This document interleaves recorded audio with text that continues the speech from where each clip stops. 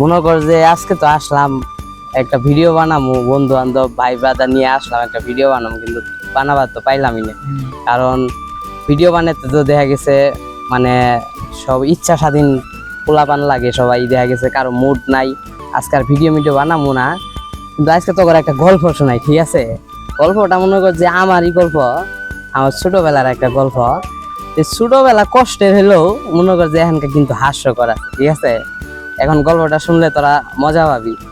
মনে কর যে আমি যখনকার মনে কর যে আমার স্কুল লাইফ যখন শুরু প্রথম, হ্যাঁ, তখনকার মনে কর যে মানে আমার যখন প্রথম স্কুলে ভর্তি করে দেয়, মানে এই যে মসজিদে যে পড়ে প্রথম স্কুলে যখন ভর্তি করে দেয়, তখনকার তো আমার জোর করে স্কুলে ভর্তি করে দিচ্ছে। আমি স্কুল যেমন অনেক কান্নাকাটি, ঠিক আছে?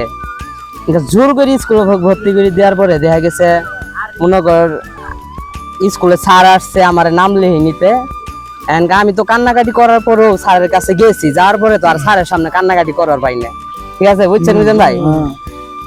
মনে কর যে তারপরে স্যারে আমার জিগাইলো যে তোমার নাম কি? আমি কইলাম যে আমার নাম তো কাজল। পরে মায়ের নাম জিগাইল যে তোমার আম্মুর নাম কি? আমি আমার মনে নাই যে আমার আম্মুর নাম কি। সবাই তো আমার বড় বোনের নাম হলো বন্যা। মনে কর যে সবাই তো আমার আম্মুরে বন্যামাও বলে ডাকে, হ্যাঁ। স্যারে যে জিজ্ঞেস তোমার আম্মুর নাম কি, আমিও বলে দিছি বন্যামাও, ঠিক আছে?